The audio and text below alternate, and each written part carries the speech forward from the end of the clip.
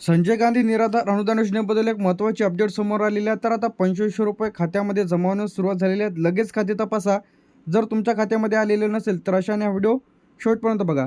तर आज संजय गांधी निराधार अनुदान योजना श्रावणबाळ आणि दिव्यांगांचे 2500 रुपये खात्यामध्ये आले का, त्याचप्रमाणे जमा जर झालेले नसेल तर कशा पद्धतीने तपासायचे आहे, जर तुमचे पैसे इथं थांबलेले असेल तर तुम्हाला काय करायचं आहे, या महिन्याच्या अखेर कोणाला पैसे जर मिळालेलेच नसेल, त्यामध्ये डिसेंबरचा हप्ता असेल किंवा जानेवारीचा, तर अशाने हा व्हिडिओ शेवटपर्यंत बघा।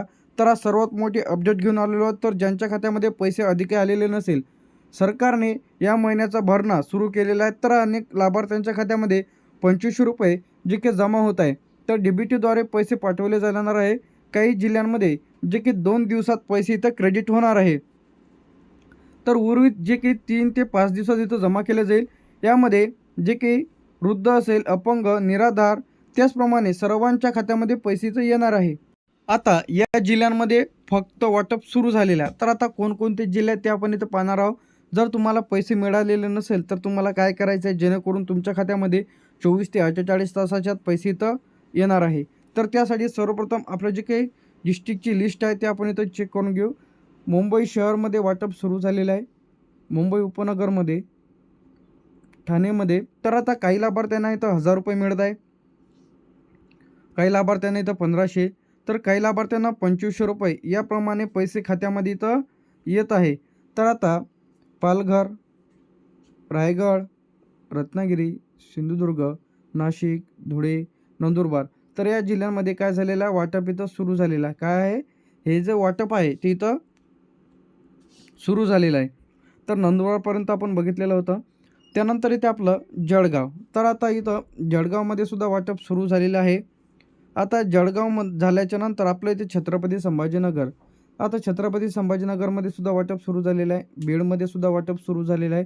उस्मानाबाद, धाराशिवमध्ये सुद्धा वाटप सुरू झालेलं आहे। लातूर, त्यानंतर इथे परभणी, हिंगोली, नांदेड, अमरावती, अकोला, बुलढाणा, तर आता हे जे काही जिल्हे आहेत तर या जिल्ह्यांमध्ये वाटप इथं सुरू झालेलं आहे। जे की दाखवल्या स्क्रीनप्रमाणे, जे की इथं आता ज्या लाभार्थ्यांच्या खात्यामध्ये, आता बरेच जणांचे कमेंट्स येतात की आम्हाला पैसे मिळालेले नाही, कोणाकोणाच्या खात्यात 3000 रुपये जमा होत आहेत, दोन्ही महिन्याचे हप्ते एकत्र जमा होत आहे।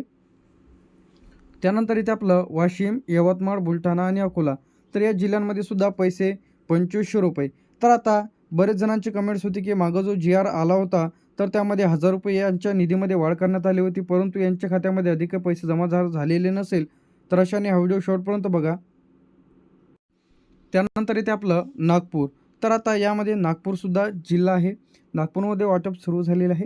भंडाऱ्यामध्ये सुद्धा देखील वाटप सुरू झालेलं आहे। गोंदिया, तर आता संजय गांधी निराधार अनुदान योजना श्रावणबाळ आणि दिव्यांगांचे जे काही पैसे आहेत ते खात्यामध्ये येत तर आहेच।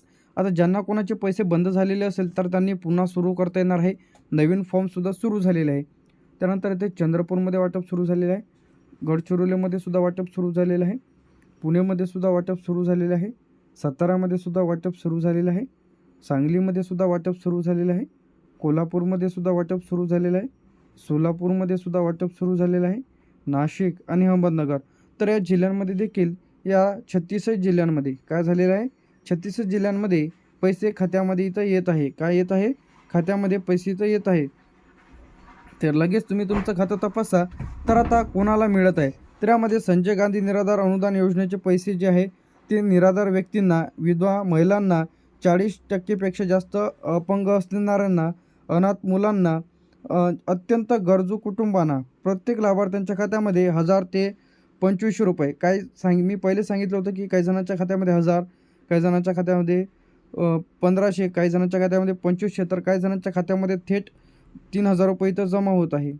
तर आता यामध्ये पैसे कोणाच्या खात्यात आधी येतात, तर ज्यांचं आधार लिंक पूर्णपणे आहे, खाते सक्रिय आहे, म्हणजे खातं चालू आहे, सुरळीतपणे व्यवहार होतात, कागदपत्रामध्ये जे काही पूर्ण अप्रूव्हल आहे, म्हणजे योग्य कागदपत्र दिलेले आहेत, 2025च्या जे काही यादीमध्ये त्यांचं नाव आहे, कागदपत्रात कोणती चूक नाही, त्यांच्या खात्यामध्ये पैसे इथे येत आहे। त्यानंतर महत्त्वाचा जो काही पॉईंट आहे, त्यांची eKYC काय आहे, eKYC ज्यांची झालेली असेल तर अशांच्या खात्यामध्ये पैसे इथे येत आहे। तर आता दोन पद्धतीने तुम्ही तुमचे पैसे चेक करू शकता। एक, तुम्हाला PFMS पोर्टलवरती जायचं आहे, तुम्हाला युअर पेमेंटवरती क्लिक करायचं आहे. त्यामध्ये तुम्हाला तुमचा खाते क्रमांक टाका, IFSC कोड टाका आणि चेकवरती क्लिक करायचं आहे. एक OTP तुमच्या बँक पासबुकला जो काही मोबाईल नंबर लिंक असेल त्यावरती एक OTP येईल. OTP टाकल्याच्यानंतर तुमच्या खात्यामध्ये कोणत्या खात्यामध्ये पैसे जमा झालेले आहेत ते तुम्हाला लाईव्ह दिसेल. तर तिथून तुम्ही पैसे चेक करू शकता. दुसरं जे आहे, तुम्ही जे की याच पोर्टलवरती उमंग ॲप्लिकेशनच्याद्वारे सुद्धा तुम्ही तुमचे पैसे इथून चेक करू शकता. PFMS पोर्टलवरती जा किंवा तुम्ही त्याचं जे की ऑफिशियल पेज आहे संजय गांधी निराधार अनुदान योजनेचं, तिथं जाऊन बेनिफिशरी स्टेटसवरती क्लिक करून तुम्ही तुमचा आधार नंबर टाकून चेक करू शकता की तुमच्या खात्यामध्ये पैसे इथं जमा झाले का. तिसरं जे आहे, तुम्ही बँकमध्ये जाऊन स्टेटमेंट काढून सुद्धा तुम्ही तुमच्या खात्यामध्ये पैसे आले की नाही चेक करू शकता. पैसे न मिळाल्यास त्यासाठी काय करायचं आहे, तर आता यामध्ये खातं तुमचं इनॲक्टिव्ह आहे का बंद पडलेलं आहे की ते तुम्ही चेक करा. आधार लिंक आहे की नाही ते तपासा. KYC केली की नाही ते तपासा. बरेच जणांची KYC बाकी राहिलेली आहे. त्यानंतर एक हयातचा जो दाखला राहतो ते तुम्हाला कंटिन्यू द्यायचा राहतो, म्हणजे 1 वर्षाकडे किंवा 2 वर्षाकडे. ते तुम्ही जर दिलेलं नसेल तर लगेच देऊन द्या. अर्जात काही चूक आहे का, जुनी कागदपत्र तुम्ही दिलेली आहे का, त्यामुळे काही प्रॉब्लेम येऊ शकते. तर आता यासाठी तुम्हाला सामाजिक न्याय विभागाशी संपर्क साधा.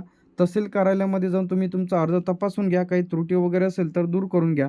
तर आता 2026 नवीन नियम, ज्यांची DBT पूर्ण आहेत, काय आहे DBT पूर्ण आहेत ऑनलाईन, जे की फॉर्ममध्ये कोणत्या पहिल्या आठवड्यामध्ये तुम्हाला 2025मध्ये पैसे जमा झालेले असणे आवश्यक आहे. तर आता लाभार्थ्यांची निवड डिजिटल पडताळणीप्रमाणे नवीन लाभार्थी जोडलेले जातील.